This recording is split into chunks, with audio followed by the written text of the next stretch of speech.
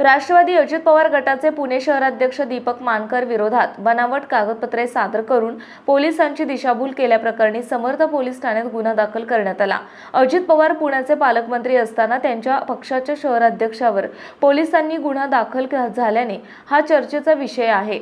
राष्ट्रवादी अजित पवार गटाच्या अल्पसंख्याक विभागाचे राज्य उपाध्यक्ष असलेल्या शंतनू कुकडेला काही महिलांच्या तक्रारीनंतर बलात्कार प्रकरणात पुणे पोलिसांनी अटक केली होती। या प्रकरणात अनेकांचा सहभाग आढळून आल्याने पोलिसांनी शंतनू कुकडे याच्या बँक खात्याची पडताळणी केली।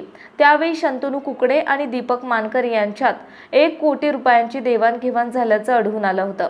याबाबत पोलिसांनी मानकर यांना चौकशीसाठी बोलावले असता कुकडे सोबत कोणतेही आर्थिक व्यवहार झाले नसल्याचे म्हणत त्यांनी काही कागदपत्रे पोलिसांसमोर सादर केली होती। या कागदपत्रांची सत्यता तपासली असता ती कागदपत्रे बनावट असल्याचं आढळून आलं। त्यानंतर दीपक मानकरच्या विरोधात बनावट कागदपत्रे सादर करून पोलिसांची फसवणूक केल्याबद्दल गुन्हा दाखल करण्यात आलाय।